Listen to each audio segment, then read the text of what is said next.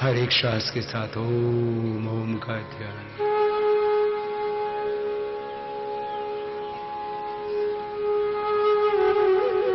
हर पल वो प्रभु शक्ति दे रहा है, प्राण दे रहा है, जीवन दे रहा है, दृष्टि दे रहा है, मति दे रहा है, शांति दे रहा है, प्रभु का आनंद बरस रहा है। हर पल ऐसे अनुभव कर, ये पिंड ये ब्रह्मांड सब मेरे भगवान का ही स्वरूप है। काया में माया में वही समाया है। वस्तु व्यक्ति रूप जो जगत है ये सब मेरे ही प्रभु का सगुण साकार रूप है। ईशावास्यमिदं सर्वम, सिया राम में सब जग जाने वासुदेवा सर्वम।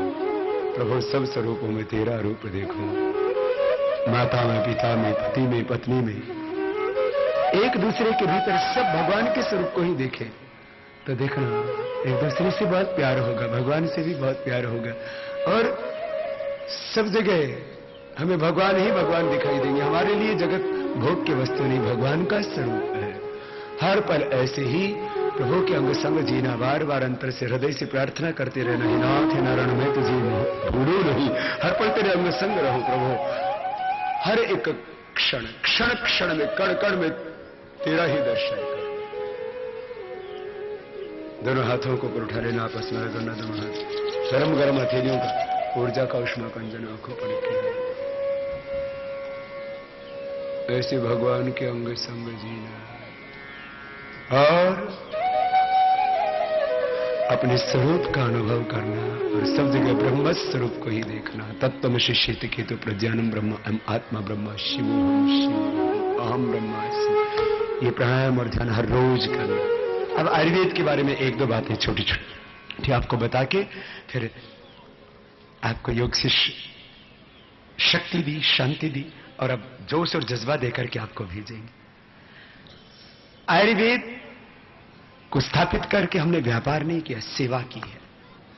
योग और आयुर्वेद दोनों ऋषि परंपराएं हैं और महर्षि चरक, सुश्रुत, पतंजलि आदि ऋषियों द्वारा प्रतिपादित, प्रतिष्ठापित और उनके द्वारा दिया हुआ ये ज्ञान हमने आगे बढ़ाया, योग और आयुर्वेद का। और ये ईश्वरीय ज्ञान है। जड़ी बूटियां हमने उपलब्ध कराई। 3 तरह की चीजें आयुर्वेद के माध्यम से हमने उपलब्ध कराई। एक, बीमारियों के लिए दवा। दूसरा, हर्बल कॉस्मेटिक, जड़ी बूटियों से बने हुए टूथपेस्ट आदि, जो आप कोलगेट, पेप्सोडेंट, क्लोजअप विदेशी कंपनियों के टूथपेस्ट प्रयोग कर रहे थे। 2 तरह से देश का धन देश के बाहर जाता है। एक भ्रष्ट बेईमान चोर गद्दार लोग लूट करके विदेशी बैंकों में जमा करा देते, दूसरा सीधा डायरेक्ट विदेशी कंपनी यहां से लूटती है। हमें दोनों तरह की लूट को खत्म करना है। देश का धन देश के बाहर जाएगा, देश आर्थिक दृष्टि से कमजोर पड़ेगा। इसलिए हमने कहा स्वदेशी को अपनाओ, देश को बचाओ। तो हर्बल कॉस्मेटिक्स, जिससे कि आपकी सेहत की रक्षा हो और देश का धन देश में रहे। और तीसरा, हमने हेल्थ टॉनिक के तौर पर कुछ आयुर्वेद में ऐसी चीजें हैं जो दवा भी हैं और हेल्थ टॉनिक भी, जैसे आंवला है, एलोवेरा है, च्यवनप्राश है, ये सब हमने उपलब्ध कराया। बाजार में केसर आदि के नाम पर जो च्यवनप्राश बन रहे थे, मैं किसी कंपनी का नाम नहीं लेता हूं, 400 500 रुपए के वो च्यवनप्राश बेच रहे थे। हमने, क्योंकि चीनी के भाव इतने बढ़ गए, दवाइयों के भाव इतने बढ़ गए, raw material cost, processing cost, packaging cost, transportation, ये पूरी कॉस्ट लगा करके बहुत नाम मात्र का हम प्रॉफिट रखते हैं और लोगों को सस्ते में चीजें उपलब्ध कराते हैं, गुणवत्ता युक्त चीज उपलब्ध कराते हैं। जो बाजार में मोटी पिष्टी 300 रुपए की मिल रही थी, 250 से 300 रुपए की, वो हमने 30 रुपए की उपलब्ध कराई है देश के लोगों की। ये दुनिया के इतिहास में, आयुर्वेद के इतिहास में पहली बार हुआ कि मोती पिष्टी जैसी जो 300-300 रुपए में चीजें मिल रही थी, वो 30 रुपए में उपलब्ध कराई है 1 ग्राम हमने रोगियों को। और हीरे जो है, ये मोती पिष्टी हार्ट के लिए, बीपी के लिए था और जो है एसिडिटी के लिए, सैकड़ों बीमारियों में काम आती है। टनों की मात्रा में हम प्रयोग करते हैं। यदि हम इसको 300-300 रुपए का बेचते तो हम सैकड़ों करोड़ नहीं, हजारों करोड़ रुपए कमा सकते थे, लेकिन कमाई करने के लिए नहीं था, इस सेवा के लिए था। दूसरा, हीरे की भस्म कैंसर के रोगियों के लिए प्रयोग की जाती है। 20,000 रुपए की 1 ग्राम दे रहे थे लोग, हमने 2,000 रुपए की उपलब्ध कराई। और एक बात और कह देना चाहता हूं, खाली ये हीरे की भस्म, खाली ये आंवला, एलोवेरा विदेशी कंपनियां 900 से 1200 रुपए को उपलब्ध कराती थी, हमने 180 रुपए और 200 रुपए में उपलब्ध कराया। ये मात्र इन्हीं की बात नहीं है, ये आंवला एलोवेरा की जूस आदि की बात नहीं है। हमने सस्ते में तो उपलब्ध कराया जो कराया। हमने पतंजलि और पीठ में व्यवस्था कर रखी है कि जो भी गरीब आए उनके रहने के लिए महर्षि वाल्मीकि धर्मशाला और खाने के लिए जो है रविदास लंगर, 1000 से ज्यादा लोगों के लिए निःशुल्क रहने के लिए और 5-10 हजार जितने भी लोग आए उनके खाने के लिए हमने सदा व्रत चलाया हुआ है। और गरीब लोग पूरे देश में से जो हमारे पास सामर्थ्य, पूरे देश में तो हम निःशुल्क चिकित्सा नहीं उपलब्ध करा सकते। मैंने कहा उसके लिए तो हमारे पास इतना बजट नहीं है कि हम सारी जड़ी बूटियां हम खरीदें और उसको जो है हम फ्री निःशुल्क फिर प्रोसेसिंग करके, पैकेजिंग करके, ट्रांसपोर्टेशन करके लोगों को उपलब्ध करा दें। हरिद्वार में उन्होंने व्यवस्था रखी है। जो भी गरीब व्यक्ति है, और मैं आज भी आह्वान कर रहा हूं, जो भी गरीब व्यक्ति है वो हरिद्वार में आता है और ये कहता है कि मेरे पास में दवाई के लिए पूरे पैसे नहीं है, कम पैसे हैं या बिल्कुल नहीं है। कोई आदमी 1000 रुपए की दवाई नहीं खरीद सकता, वो कहते हैं मेरे पास 100 ही है, तो हम उसका 90% छूट कर देते हैं। जो गरीब आदमी है, जो कम सामर्थ्यवान है और कुछ अत्यंत गरीब है, उनके लिए रहने, खाने और दवाई के लिए भी व्यवस्था करते हैं। हमने व्रत लिया हुआ है, जितना हमारे पास में सामर्थ्य है उतना आज गरीबों की सेवा कर रहे हैं। भगवान हमें ज्यादा सामर्थ्य देगा तो हमारा तो विचार है पूरे हिंदुस्तान को आरोग्य सेवा निःशुल्क मिले, लेकिन इसके लिए सामर्थ्य चाहिए। अभी उतना सामर्थ्य मेरे पास नहीं। हमने आयुर्वेद का दुरुपयोग नहीं किया, आयुर्वेद को शिखर पर पहुंचाया है। भारत की सरकारों ने तो योग, आयुर्वेद और भारतीय संस्कृति को नष्ट करने का कोई षड्यंत्र बाकी नहीं छोड़ा था। हमने योग, आयुर्वेद, भारतीय संस्कृति, आध्यात्मिक मूल्यों को गरिमा के साथ देश यानी दुनिया में स्थापित किया है। दूसरी बात, जो भी आप चीजें खरीदते हैं, देखो व्यापार उसको बोलते हैं जो लाभ प्राप्त करें, आप उससे ऐशो आराम करें, अपना व्यक्तिगत सुख भोगे। जो पतंजलि योगपीठ के द्वारा, दिव्य मंदिर ट्रस्ट के द्वारा, दिव्य फार्मेसी के द्वारा जो कुछ आपको उपलब्ध कराया जाता है, उसमें जो लाभांश भी मिलता है उसका उपयोग स्वामी रामदेव, आचार्य बालकृष्ण या हमारे किसी कार्यकर्ता की सुख सुविधा के लिए नहीं, बल्कि योग और आयुर्वेद को प्रतिष्ठापित करने के लिए खर्च किया जाता है। जो भी आमदनी होती है वो भी सेवा में योग और आयुर्वेद को, संस्कृति को आगे बढ़ाने में खर्च की जाती है। आज 1 लाख से ज्यादा योग की कक्षाएं भारत में चलती हैं। हमारा संकल्प है यहां 11 लाख योग की कक्षाएं पूरे भारत में चले, हर गली मोहल्ला गांव में योग की कक्षाएं चले, उसके लिए ट्रेनिंग प्रोग्राम चले और पूरा भारत ऋषियों का भारत बन जाए, जहां देखो वहीं योग ही योग नजर आए, ऐसा भारत बना। इसके लिए साधन तो चाहिए, इसके लिए आप सबका सहयोग भी चाहिए। हम सब मिलकर के ऐसा भारत बनाएंगे। तो ये आयुर्वेद व्यापार नहीं, ये एक सेवा है। और एक गरीब आदमी 500 रुपए की दवा लेकर के उसकी जिंदगी बच जाती है, उसका बीपी क्योर हो जाता है, थायराइड क्योर हो जाता है, हार्ट की बीमारी मिट जाती है, कैंसर मिट जाता है, 500 रुपए 5000 रुपए की दवाई लेकर के, ये व्यापार का है, तो सेवा है। और मैंने कहा उससे जो लाभ हो वो भी देश की भलाई के लिए खर्च हो रहा है। आज सरकारों ने 1 रुपए का हमको सहयोग नहीं किया, बल्कि शुरू से आज तक सरकारों ने सदा विरोध किया। और मैं तो कहता हूं जितना विरोध करोगे उतना ही हम और ज्यादा ताकतवर बनेंगे। विरोध तो हमारी ताकत है, पहले भी करके देखा, आज कर लो। और अब चलो खड़े हो जाओ, खड़े हो जाओ।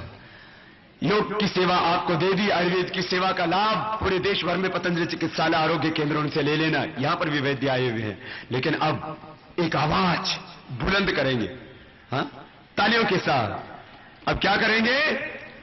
अब तो दिल्ली में बैठी सरकार या तो सुधर जाए, या तो सरकार सुधर जाएगी या उतर जाएगी, दोनों में से एक काम होगा।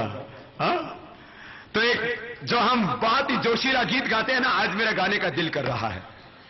जाने किस दिन लाल किला मर्दानी भाषा बोलेगा, कायर कमजोर और बुजुर्ग लोग शासन कर रहे हैं, देश कैसे बचेगा? हाँ? तो या तो सुधर जाओ नहीं तो उतर जाओगे, ये आवाज दे रहा है हिंदुस्तान का एक फकीर और हिंदुस्तान की जनता। और मैंने कहा ये आवाज देने के लिए चाहे कितना ही कष्ट सहना पड़े, कुछ लोग दिल्ली में 27 तारीख को सब जगह से जरूर पहुंचे, 27 फरवरी को, और बता दें कि अब हम इस बात को, अन्याय को, अधर्म को और ज्यादा सहने वाले नहीं हैं। और एक बात और बता देना चाहता हूं, कुछ लोगों ने कल कहा मैंने स्वर्गीय राजीव गांधी, इंदिरा गांधी को गाली दी। स्वामी रामदेव ने बचपन से आज तक किसी को गाली नहीं दी है, लेकिन एक बात कल भी कही थी, आज भी कह रहा हूं, मैं स्वर्गीय राजीव गांधी और इंदिरा गांधी जी का सबका सम्मान करता हूं, उनके भी जो योगदान है देश के लिए, मैं उनके लिए उनको साधुवाद भी देता हूं। लेकिन ये देश किसी एक परिवार और वंश की बपोती नहीं है, इस देश में उनको भी सम्मान मिले, लेकिन हमारे पूर्व दुश्मनियों को, क्रांतिकारियों को, जिन्होंने अपनी जान न्यौछावर करके, अपनी कुर्बानी, अपनी शहादत, अपना बलिदान देकर के देश को बचाया, उसको भी देश को नहीं भूलना चाहिए। इसलिए सारे सरकारी संस्थानों के, सरकारी योजनाओं के नाम एक परिवार से नहीं होने चाहिए।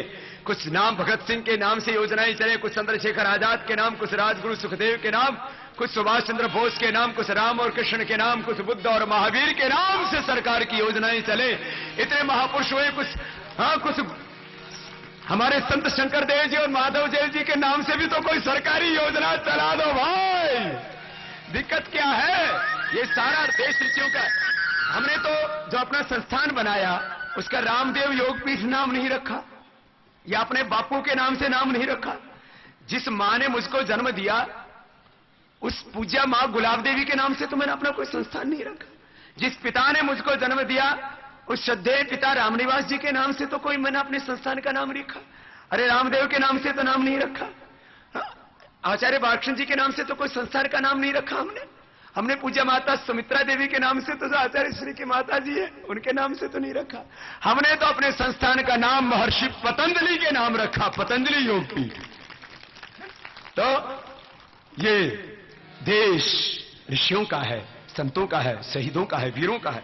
अब यहां पर भी हमारे कारगिल युद्ध में शहीद हुए श्री जिंटू गोगोई के पिताश्री हमारे भाई जो है टिकीराम गोगोई साहब यहां पर योग शिविर में आए हैं।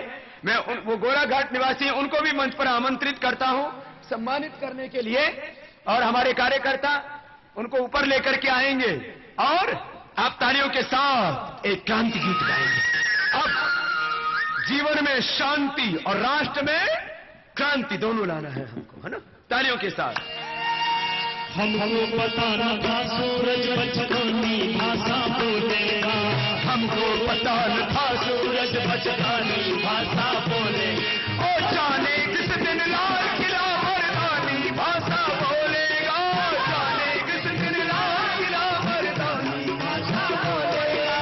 हमको पता न था सूरज गाइए भाषा बोलेगा, हमको पता न था सूरज बचकानी भाषा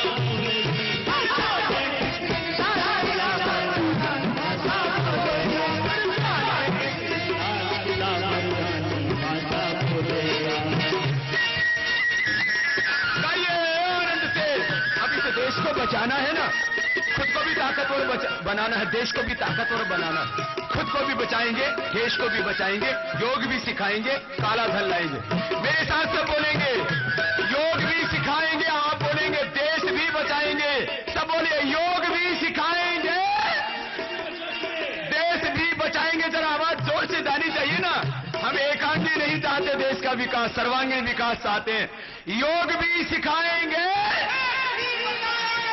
फिर आप बोलेंगे, मैं बोलूंगा योग भी सिखाएंगे, आप बोलेंगे काला धन लाएंगे। योग भी सिखाएंगे, मैं बोलूंगा योग भी सिखाएंगे, आप बोलेंगे भ्रष्टाचार मिटाएंगे। योग भी सिखाएंगे। बोले भारत माता की गाओ जरा।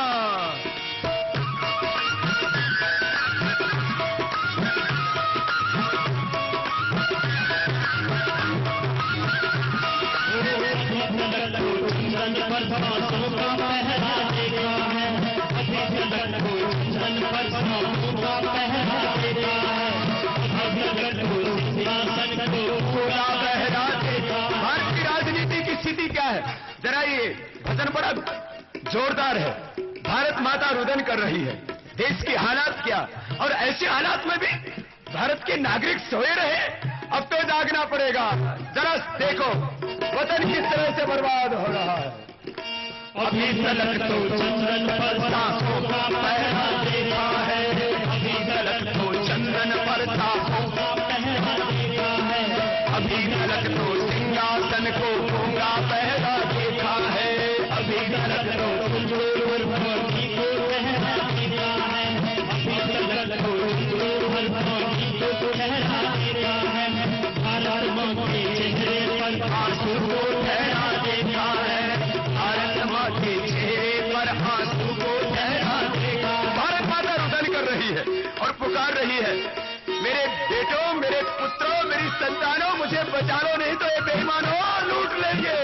मैंने कहा पहले जो 400 लाख करोड़ रुपए लूटा वही नहीं, आगे अभी 10,000 लाख करोड़ रुपए की तो प्राकृतिक संपदाएं है, लूट लेंगे। बचा लो अपना हिंदुस्तान, नहीं तो गड़बड़ हो जाएगी।